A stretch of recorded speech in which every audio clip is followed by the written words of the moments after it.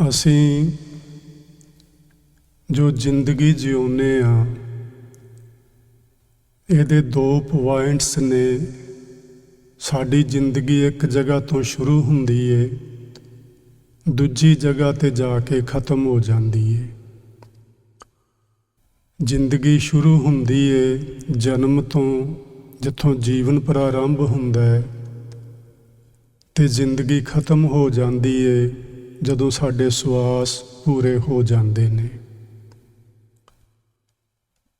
ਇਹ ਜੀਵਨ ਅਤੇ ਮਰਨ ਦੋ ਤਰ੍ਹਾਂ ਦਾ ਹੁੰਦਾ ਹੈ। ਇੱਕ ਸਾਡਾ ਆਤਮਿਕ ਜੀਵਨ ਹੁੰਦਾ ਹੈ ਅਤੇ ਆਤਮਿਕ ਮਰਨ ਹੁੰਦਾ ਹੈ। ਇੱਕ ਸਾਡਾ ਸਰੀਰਕ ਮਰਨ ਅਤੇ ਆਤਮਿਕ ਮਰਨ। ਸੋ ਇਹ ਜੀਵਨ ਅਤੇ ਮਰਨ ਦੋ ਪ੍ਰਕਾਰ ਦਾ ਹੁੰਦਾ ਹੈ। ਸਰੀਰ ਕਰਕੇ ਅਸੀਂ ਇੱਕ ਜ਼ਿੰਦਗੀ ਵਿੱਚ ਇੱਕੋ ਵਾਰੀ ਜਨਮ ਲੈਂਦੇ ਹਾਂ ਅਤੇ ਇੱਕੋ ਵਾਰੀ ਮਰਨ ਹੁੰਦਾ ਹੈ। ਲੇਕਿਨ ਆਤਮਿਕ ਤੌਰ 'ਤੇ ਅਸੀਂ ਦਿਹਾੜੀ ਵਿੱਚ ਪਤਾ ਨਹੀਂ ਕਿੰਨੀ ਵਾਰੀ ਜਿਉਂਦੇ ਹਾਂ ਅਤੇ ਕਿੰਨੀ ਵਾਰੀ ਮਰਦੇ ਹਾਂ। ਇਹ ਅਣਗਿਣਤ ਹੈ। ਇਹ ਆਤਮਿਕ ਜੀਵਨ ਜਿਉਣਾ ਕੀ ਹੈ ਅਤੇ ਮਰਨਾ ਕੀ ਹੈ। ਜਦੋਂ ਮਨੁੱਖ ਪਰਮਾਤਮਾ ਨਾਲ ਜੁੜਦਾ ਹੈ, ਸਿਮਰਨ ਕਰਦਾ ਹੈ, ਭਜਨ ਬੰਦਗੀ ਕਰਦਾ ਹੈ, ਚੰਗੇ ਕਰਮ ਕਮਾਉਂਦਾ ਹੈ, ਸੇਵਾ ਵੱਲ ਰੁਚੀ ਰੱਖਦਾ ਹੈ, ਉਦੋਂ ਇਹਦਾ ਆਤਮਿਕ ਜੀਵਨ ਬਣਦਾ ਹੈ। ਜਦੋਂ ਇਹਦਾ ਧਿਆਨ, ਇਹਦੀ ਸੁਰਤ ਮਾੜੇ ਪਾਸੇ ਜਾਂਦੀ ਏ, ਉਦੋਂ ਇਹਦੀ ਆਤਮਿਕ ਮੌਤ ਹੁੰਦੀ ਹੈ। ਅਸੀਂ ਇਸ ਤਰ੍ਹਾਂ ਸਮਝ ਸਕਦੇ ਹਾਂ ਕਿ ਮਨੁੱਖ ਆਤਮਿਕ ਤੌਰ 'ਤੇ ਕਦੀ ਪ੍ਰਭੂ ਨੂੰ ਜਦੋਂ ਯਾਦ ਕਰਦਾ, ਉਦੋਂ ਇਹ ਸੰਤ, ਸਾਧੂ, ਮਹਾਂਪੁਰਸ਼ ਬਣ ਜਾਂਦਾ ਹੈ। ਉਸ ਰੂਪ ਵਿੱਚ ਇਹਦਾ ਆਤਮਿਕ ਜਨਮ ਹੋ ਪੈਂਦਾ ਹੈ। ਅਤੇ ਜਦੋਂ ਇਹ ਰਾਖਸ਼ਸਪੁਣਾ ਕਰਦਾ ਹੈ, ਬੁਰੇ ਕਰਮ ਕਮਾਉਂਦਾ ਹੈ, ਦੂਜਿਆਂ ਦਾ ਨੁਕਸਾਨ ਕਰਦਾ ਹੈ, ਉਦੋਂ ਇਹਦੀ ਆਤਮਿਕ ਮੌਤ ਹੋ ਜਾਂਦੀ ਹੈ। ਉਦੋਂ ਇਹ ਰਾਖਸ਼ਸ ਬਣ ਜਾਂਦਾ ਹੈ, ਇਹੋ ਜਿਹੇ ਰੂਪ ਧਾਰਨ ਕਰ ਜਾਂਦਾ ਹੈ।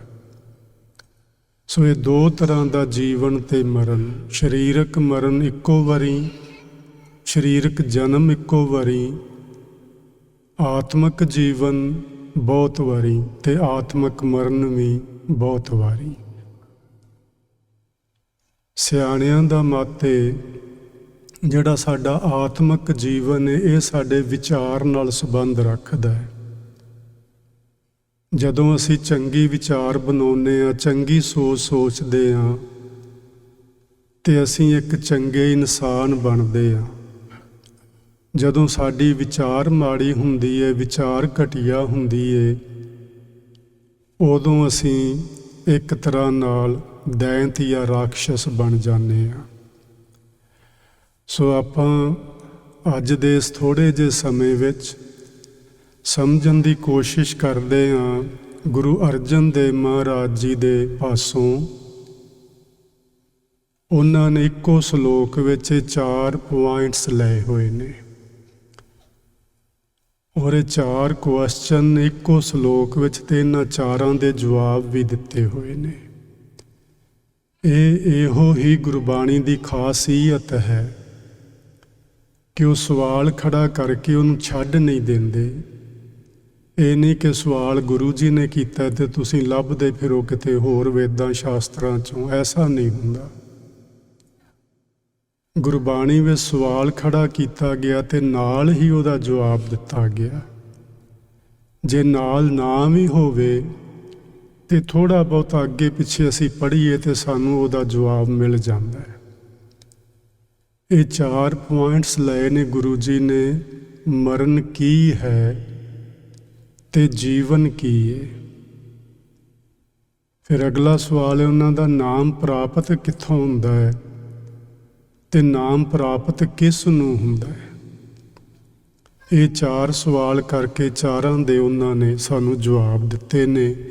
ਅਸੀਂ ਇਹਨਾਂ ਨੂੰ ਪੁਆਇੰਟ ਵਾਈਜ਼ ਸਮਝਣ ਦੀ ਕੋਸ਼ਿਸ਼ ਕਰਦੇ ਹਾਂ। ਮਰਨ ਕੀ ਹੈ? ਜਿਵੇਂ ਆਪਾਂ ਉੱਤੇ ਸਮਝ ਲਿਆ ਕਿ ਮਰਨ 2 ਪ੍ਰਕਾਰ ਦਾ, ਆਤਮਕ ਤੇ ਸਰੀਰਕ। ਗੁਰਬਾਣੀ ਵਿੱਚ ਇਹ ਬਚਨ ਆਖੇ ਗਏ, ਮਰਨੋ ਮਰਨ ਕਹੈ ਸਭ ਕੋਈ, ਸਹਿਜੇ ਮਰੈ ਅਮਰ ਹੋਏ ਸੋਈ।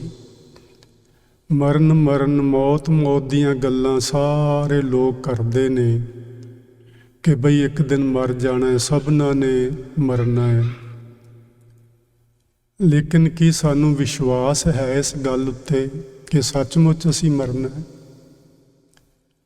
ਅਸੀਂ ਲੋਕਾਂ ਨੂੰ ਸਰੀਰਕ ਤੌਰ ਤੇ ਮਰਦਿਆਂ ਵੇਖਦੇ ਹਾਂ, ਲੇਕਿਨ ਕਦੀ ਆਪਣੇ ਵੱਲ ਸਾਡਾ ਧਿਆਨ ਜਾਂਦਾ ਹੀ ਨਹੀਂ ਕਿ ਕਦੇ ਮੈਂ ਵੀ ਮਰਨਾ ਹੈ। ਇਹੋ ਹੀ ਮਨ ਵਿੱਚ ਆਉਂਦਾ ਰਹਿੰਦਾ ਕਿ ਉਹ ਤੇ ਇਸ ਕਾਰਨ ਮਰ ਗਿਆ, ਉਹ ਤੇ ਐਕਸੀਡੈਂਟ ਹੋ ਗਿਆ, ਉਹਨੂੰ ਤੇ ਕੈਂਸਰ ਸੀ, ਉਹਨੂੰ ਤੇ ਕੁਝ ਹੋਰ ਸੀ, ਤੇ ਮੈਨੂੰ ਤੇ ਕੁਝ ਵੀ ਨਹੀਂ। ਇਹਦਾ ਮਤਲਬ ਹੈ ਮੈਂ ਰਹਾਂਗਾ, ਮੈਂ ਨਹੀਂ ਮਰਾਂਗਾ। ਲੇਕਿਨ ਗੁਰਬਾਣੀ ਦਾ ਇਹ ਫੈਸਲਾ ਹੈ ਕਿ ਮਰਨ ਲਿਖਾਏ ਮੰਡਲ ਮਹਿ ਆਏ। ਅਸੀਂ ਮਰਨਾ ਲਿਖਵਾ ਕੇ ਹੀ ਇਸ ਜਹਾਨ ਵਿੱਚ ਆਏ ਹਾਂ। ਭਾਵੇਂ ਅਸੀਂ ਵਿਸ਼ਵਾਸ ਕਰੀਏ ਕਿ ਅਸੀਂ ਮਰਨਾ ਹੈ ਤੇ ਭਾਵੇਂ ਵਿਸ਼ਵਾਸ ਨਾ ਕਰੀਏ, ਲੇਕਿਨ ਮਰਨਾ ਅਵශ්‍ය ਉਹ ਪੱਕਾ ਹੈ, ਕਿਉਂਕਿ ਅਸੀਂ ਲਿਖਵਾ ਕੇ ਆਏ ਹਾਂ ਤੇ ਉਸ ਮਾਲਕ ਨੇ ਇਸ ਸਰੀਰ ਰੂਪੀ ਘੜੇ ਦੇ ਵਿੱਚ ਸਵਾਸਾਂ ਰੂਪੀ ਪਾਣੀ ਗਿਣ ਮਿਣ ਕੇ ਪਾਇਆ ਹੋਇਆ ਹੈ। ਉਹ ਵਧਣਾ ਘਟਣਾ ਨਹੀਂ। ਗਣ ਕਾਲੇ ਸਭ ਦਿਵਸ ਸਾਸ, ਨਹਿ ਬੜਨ ਘਟਨ ਤਿਲ ਸਾਰ। ਉਹ ਤਿਲ ਜਿੰਨਾ ਸਮਾਂ ਵੀ ਨਾ ਵੱਧ ਹੋਣਾ ਹੈ ਨਾ ਘੱਟ ਹੋਣਾ ਹੈ। ਉਹ ਜਦੋਂ ਸਮਾਂ ਪੁੱਜ ਜਾਣਾ ਹੈ, ਪੂਰਾ ਹੋ ਜਾਣਾ ਹੈ, ਉਦੋਂ ਇਸ ਸਰੀਰ ਵਿੱਚੋਂ ਆਤਮਾ ਰੂਪ ਹੰਸ ਨੇ ਉਡਾਰੀ ਮਾਰ ਕੇ ਚਲਿਆ ਜਾਣਾ ਹੈ। ਗੁਰੂ ਅਰਜਨ ਦੇਵ ਮਹਾਰਾਜ ਮਰਨਾ ਕਿਸ ਨੂੰ ਮੰਨਦੇ ਨੇ? ਉਹ ਕਹਿੰਦੇ ਨੇ ਮਰਨੰ ਬਿਸਰਨੰ ਗੋਬਿੰਦਹ। ਮਰਨਾ ਕੀ ਹੈ? ਵਾਹਿਗੁਰੂ ਜੀ ਦੇ ਨਾਮ ਨੂੰ ਭੁਲਾ ਦੇਣਾ ਹੀ ਮਰਨਾ ਹੈ। ਹੁਣ ਮੈਂ ਵੀ ਤੁਸੀਂ ਵੀ ਆਪਣੇ ਅੰਦਰ ਆਪਾਂ ਝਾਤੀ ਮਾਰ ਕੇ ਵੇਖਣਾ ਹੈ ਕਿ ਕੀ ਸਾਨੂੰ ਉਹ ਮਾਲਕ ਯਾਦ ਹੈ ਕਿ ਭੁੱਲਿਆ ਹੋਇਆ ਹੈ। ਅਸੀਂ ਕਿਸੇ ਵੱਲ ਉਂਗਲ ਨਹੀਂ ਕਰਨੀ ਕਿ ਮੈਂ ਤੇ ਬੜਾ ਯਾਦ ਕਰਦਾ, ਤੁਹਾਨੂੰ ਤੇ ਭੁੱਲਿਆ ਰਹਿੰਦਾ ਹੈ। ਇਸ ਤਰ੍ਹਾਂ ਨਹੀਂ। ਹਰ ਬੰਦੇ ਨੇ, ਮੈਂ ਵੀ ਤੁਸੀਂ ਵੀ, ਆਪਣੇ ਵੱਲ ਉਂਗਲ ਕਰਨੀ ਹੈ ਕਿ ਕੀ ਮੈਨੂੰ ਯਾਦ ਰਹਿੰਦਾ ਹੈ ਕਿ ਮੈਨੂੰ ਭੁੱਲਿਆ ਰਹਿੰਦਾ ਹੈ। ਜੇ ਯਾਦ ਰਹਿੰਦਾ ਹੈ ਤੇ ਸਾਡਾ ਆਤਮਿਕ ਜੀਵਨ ਬਣਿਆ ਰਹੇਗਾ। ਜੇ ਯਾਦ ਨਹੀਂ ਰਹਿੰਦਾ, ਭੁੱਲ ਜਾਂਦਾ ਹੈ ਜਾਂ ਭੁੱਲਿਆ ਹੋਇਆ ਹੈ, ਤੇ ਫਿਰ ਅਸੀਂ ਆਤਮਿਕ ਮੌਤ ਮਰੇ ਹੀ ਹੋਏ ਹਾਂ। ਫਿਰ ਅਸੀਂ ਚੱਲਦੇ ਫਿਰਦੇ ਇੱਕ ਲਾਸ਼ ਦੀ ਤਰ੍ਹਾਂ ਹਾਂ, ਇਸ ਤੋਂ ਵੱਧ ਕੁਝ ਨਹੀਂ। ਮਰਨੰ ਬਿਸਰਨੰ ਗੋਬਿੰਦਹ। ਗੋਬਿੰਦ ਦਾ ਮਤਲਬ ਹੁੰਦਾ ਹੈ ਜੀ ਧਰਤੀ ਦੇ ਸਮੁੱਚੇ ਜੀਵਾਂ ਨੂੰ ਸੰਭਾਲਣ ਵਾਲਾ, ਜਿਸ ਤੋਂ ਅਸੀਂ ਸਾਰੇ ਜੀਵ ਪੈਦਾ ਹੁੰਦੇ ਹਾਂ। ਉਹ ਉਸ ਨੂੰ ਗੋਬਿੰਦ ਆਖਦੇ ਨੇ। ਉਹਦੀ ਯਾਦ ਤੋਂ ਬਿਨਾਂ ਸਾਡਾ ਜੀਵਨ ਨਹੀਂ ਰਹਿ ਜਾਂਦਾ। ਦੂਸਰਾ ਸਵਾਲ ਹੈ ਗੁਰੂ ਜੀ ਦਾ ਇਸੇ ਸ਼ਲੋਕ ਵਿੱਚ, ਜੀਵਨ ਕੀ ਹੈ? ਇਹ ਜੀਵਨ ਅਸਲ ਵਿੱਚ ਇਹ ਜਿਹੜਾ ਸਵਾਲ ਹੈ ਇਹ ਬੜਾ ਹੀ ਗਹਿਰਾ ਹੈ। ਇਸ ਦਾ ਜਵਾਬ ਲੱਭਣ ਵਾਸਤੇ ਸਾਨੂੰ ਗੁਰਬਾਣੀ ਦਾ ਪਾਠ ਵਧੇਰੇ ਕਰਨਾ ਚਾਹੀਦਾ ਹੈ ਔਰ ਆਪ ਕਰਨਾ ਚਾਹੀਦਾ ਹੈ ਜਾਂ ਸੁਣਨਾ ਚਾਹੀਦਾ ਹੈ। ਫਿਰ ਜੇ ਸਾਨੂੰ ਕਈ ਵਾਰੀ ਇਸ ਤਰ੍ਹਾਂ ਵੀ ਹੁੰਦਾ ਹੈ ਕਿ ਗੁਰਬਾਣੀ ਪੜ੍ਹਦੇ ਹਾਂ, ਅਸੀਂ ਸਾਰੇ ਇਸ ਤਰ੍ਹਾਂ ਨਹੀਂ ਹਾਂ ਕਿ ਗੁਰਬਾਣੀ ਨੂੰ ਪੜ੍ਹਦੇ ਜਾਈਏ ਤੇ ਉਹਦੀ ਸਮਝ ਸਾਨੂੰ ਆਉਂਦੀ ਜਾਏ, क्योंकि गुरबाणी इन्ना आसान विशा नहीं जिन्ना आपां समझिया होया है। ये बड़ा डूंघाई वाला बड़ा गहरा विशा है गुरबाणी। ते इस तरह मैं कह सकदा कि गुरबाणी नूं समझण वास्ते ओहो जी अवस्था चाहिदी है जिस अवस्था विच जाके ये गुरबाणी उचारी गई है। ओहो जी अवस्था बने तो गुरबाणी नूं ठीक ठीक समझिया जांदा है। जे उस तरह की अवस्था ना होवे तो फिर असी सारे जने अपने मर्जी के अर्थ करते हैं, जां जिस तरह सानू समझ आउंदी है असी उस तरह के अर्थ करते हैं। गुरु जी जीवन किस नूं मनदे ने? जीवन हर नाम त्यावण है, ये है जी जीवन। हुण सानू मरण दी भी सोझी करा दित्ती गुरु अर्जन देव जी ने कि बई परमात्मा नूं विसारना ही मौत है। जीवन हर नाम त्यावण है, वाहिगुरू जी दे नाम दा ध्यान करना इहो ही जीवन है। हुण इहदियां तीन वैसे 4 स्टेजेस हुंदियां ने नाम दियां, पर आपां तिन्नां दी गल करदे हां। पहली स्टेज हुंदी है जप दी। वो असी रसना नाल जप करते हैं, बोलते हैं, चाहे हौली हौली बोलीए या उच्ची उच्ची बोलीए, उसनूं जप आखते हैं। वो पहली अवस्था है नाम दी। नाम दी दूजी अवस्था हुंदी है सिमरन, जिसनूं मन ही मन असी याद करते हैं, चेते करते हैं। तीजी अवस्था हुंदी है ध्यान दी। उत्थे कोई शब्द नहीं रह जाते। पहलियां दोवां अवस्थावां विच शब्द हुंदा है। जदों असी बोलते हैं तो ज़ाहरा तौर पर शब्द ही बोलते हैं, चाहे वो कोई होवे, राम होवे, वाहगुरू होवे, अल्लाह होवे जां कुछ होर होवे। जदों मन ही मन उन्होंने याद करते हैं उदों भी कोई ना कोई आकार या शब्द साडे जिहन विच रहिंदा है। पर जदों ध्यान करते हैं उदों कोई शब्द नहीं हुंदा, कोई आकार नहीं हुंदा। यह गुरमत दा विषय है जी। बाकी लोग ध्यान कोई मूर्ति दा करदा है, कोई किसी चीज़ दा करदा है। गुरमत कहंदी है किसी आकार दा ध्यान नहीं करना, नाम नूं ध्याउणा है। नाम है परमात्मा, परमात्मा नूं ध्याउणा है। ते गुरमत दा मनना है कि परमात्मा दा कोई आकार नहीं, वो निराकार है। उस निराकार दा ध्यान करना। उन्हें ध्यान किवें हुंदा है लम्मा विषय है, फिर इहदे वल मैं ज़्यादा हुण नहीं जावांगा। तुसीं इहदी खोज करना कि ध्यान किवें करना, है तुहाडा होमवर्क हो गया भी ध्यान किवें करिए। हुण जिहड़ी चीज़ नूं असीं वेखिया उहदा ध्यान ते असीं आसानी नाल कर लैंदे आ। असीं गुरु ग्रंथ साहिब दे दर्शन कीते ने, किते भी बह के अखां बंद करिए ते गुरु ग्रंथ साहिब दा ध्यान या अपने ध्यान विच उस नूं लिया सकदे आ। लेकिन गुरु ग्रंथ साहिब आखदे ने कि परमात्मा निराकार है, उहदा कोई स्वरूप नहीं। रूप न रेख न रंग किछ, त्रह गुण ते प्रभ भिन्न। वो माया दे तिन्ना गुणां तो ही वखरा है, उहदा कोई रंग रूप नहीं। फिर उहदा ध्यान किवें करिए? सो ये तुहाडा होमवर्क हो गया। ये जीवन है जी। जे असी ध्यान करते हैं नाम दा यानी परमात्मा दा, ते साडा जीवन आत्मक जीवन बन जाता है। हुण गल यह है कि नाम नूं ध्याउणा है ते नाम प्राप्त कित्थों होवे? ये तीसरा क्वेश्चन इस इक्को सलोक दे अंदर, नाम प्राप्त कित्थों होवे? हुण गुरु जी ने दा जवाब दिता, लभनं साध संगेन। ये नाम जी किसी बाजारों, किसी हट्टी तो, किसी दुकान तो, किसी स्टोर तो नहीं जे मिलता। ना किसी आश्रम तो मिलता है, ना किसी डेरे तो मिलता है, ना किसी धर्म मंदिर चों मिलता है। ये मिलता जे साध संगत विचों।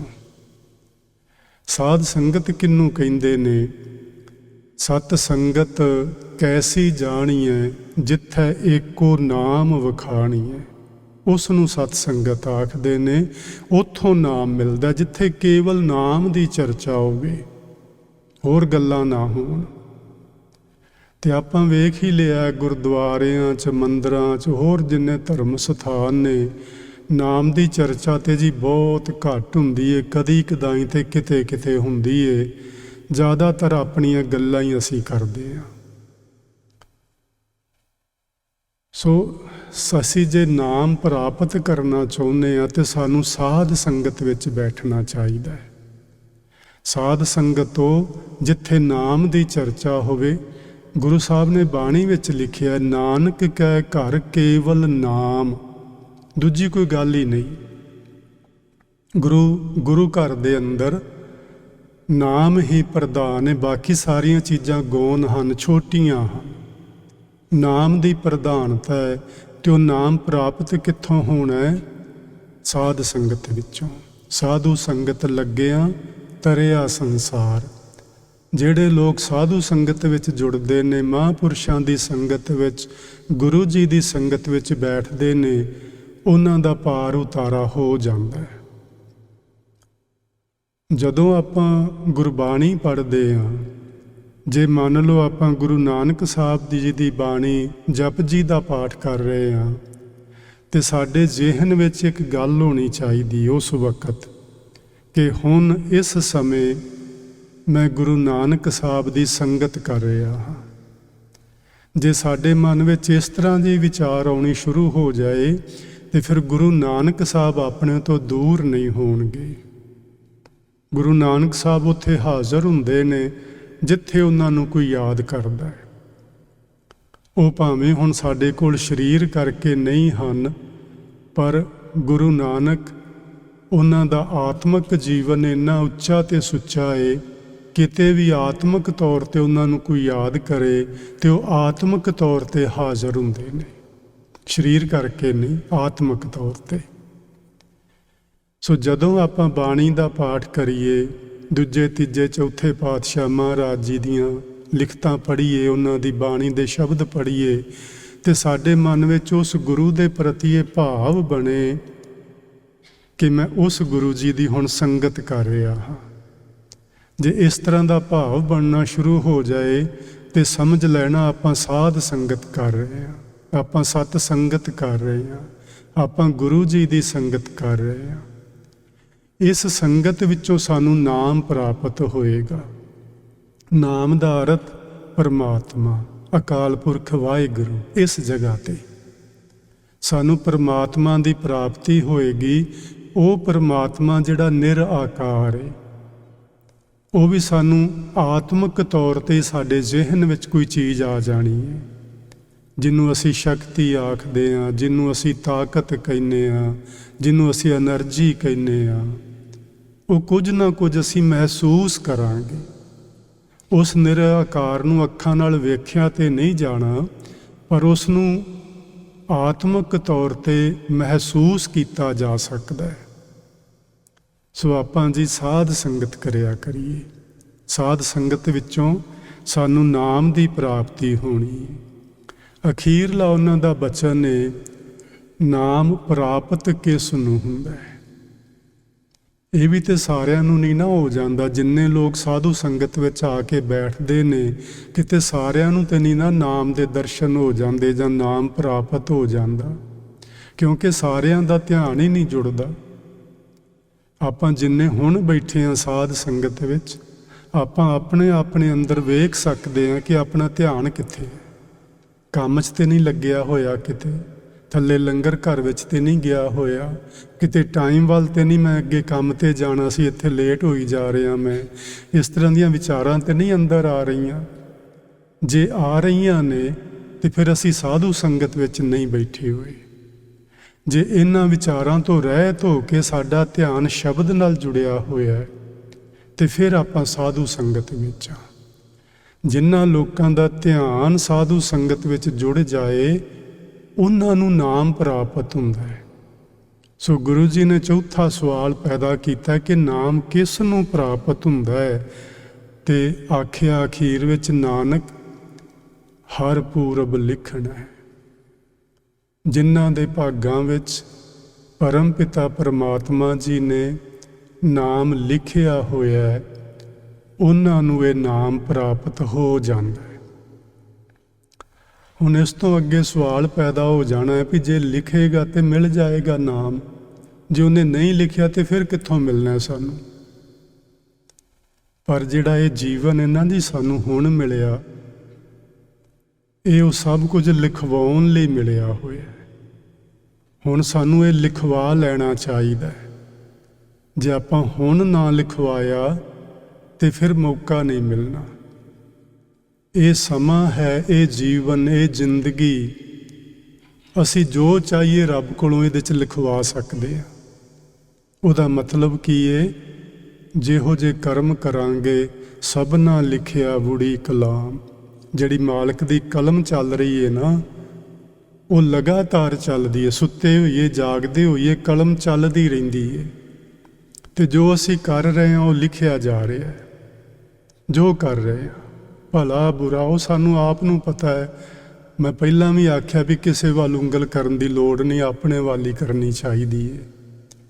वैसे सियाणे लोग एक गल कहिंदे ने, जे तुसी गुण वेखने होण ते दूजियां विचों वेखो, जे अवगण वेखने होण ते अपने विच वेखो। इस गल नूं पल्ले बन लेना। कदे भी दूजियां विचों अवगण नहीं वेखने ते अपने विचों गुण नहीं वेखने। जदों आपां अपने विचों गुण वेखदे हां ते उहदे नाल एक बड़ा वड्डा अवगण पैदा हुंदा है, वो है अहंकार। कि मेरे विच इन्ने चंगे गुण ने, मैं ते कथा करदा, मैं ते बाणी पढ़दा, मैं ते सेवा करदा। जदों आपां ये अपने अंदर गुण वेखांगे ते अहंकार पैदा होएगा। ते अहंकार इन्नी माड़ी चीज़ है, ये सारियां गुणां नूं खत्म करन दी समर्था रखदा है। सो अपने गुण नहीं कदे भी वेखने, गुण दूजियां दे वेखने ने। अपने अवगण इसलिए वेखने ने, जदों आपां अवगण वेखांगे मेरे चाह भी कमी है, मैं तो अमृत वेले कोई नहीं उठदा, मेरे चाह भी कमी है, मैं तो कदी कदाई रात नूं एक ड्रिंक लै लैना वा, है ना। इस तरह करते ही आपां ज़्यादातर। मेरे चाह भी कमी है कि मैं फलानी थां ते कुछ झूठ बोल दिता सी। ये अपने अवगण वेखने ने जी। आपां जदों आपां अपने अवगण वेखांगे तो फिर आपां इन्हां नूं कड्ढण दा यतन करांगे कि ये अवगण मेरे च नहीं होने चाहिए। अवगण वेखांगे तो साडे विच निम्रता आएगी। जिवें जिवें साडे च निम्रता आएगी तिवें तिवें वो चीज़ां हर पूरब लिखण है साडे मत्थे ते लिखियां जाणगियां। जिवें जिवें चंगे कर्म, चंगी विचारधारा, चंगी सोच असी अपनावांगे, ओहो ही साडे कर्म बनने ने। उन्हां कीते होए, उन्हां लिखे होए कर्मां दे मुताबक ही सानू नाम प्राप्त होना है। सो नाम दी प्राप्ति लई आपां नूं अज तो ही, हुण तो ही चंगे कर्म करने शुरू कर देने चाहिए ने। मैं ये नहीं आख्या कि आपां कोई माड़े कर रहे हैं, ये नहीं आख्या। होर चंगे करन दा कोई गुनाह नहीं। आपां होर चंगे कर्म करिए, चंगी सोच अंदर पैदा करिए, चंगी विचार पैदा करिए। जे आपां इस तरह करांगे तो कुछ ना कुछ साडा चंगा बन जाएगा, चंगे भाग बन जाणगे ते चंगे भागां दे मुताबक साडा जीवन चंगा बन जाएगा। सो जी आप जी दे नाल मैं ये विचार साझे कीते ने। विचार करदिआं मेरे पासों बहुत सारियां भुल्लां होईयां होणगीआं, खिमा करना। तुसी बड़े प्यार नाल बैठ के अज दी इस विचार नूं सुनिया। आप सारी संगत दा दिलों धन्नवाद करदा हाँ। प्यार नाल आखो जी वाहिगुरू जी का खालसा, वाहिगुरू जी की फतेह।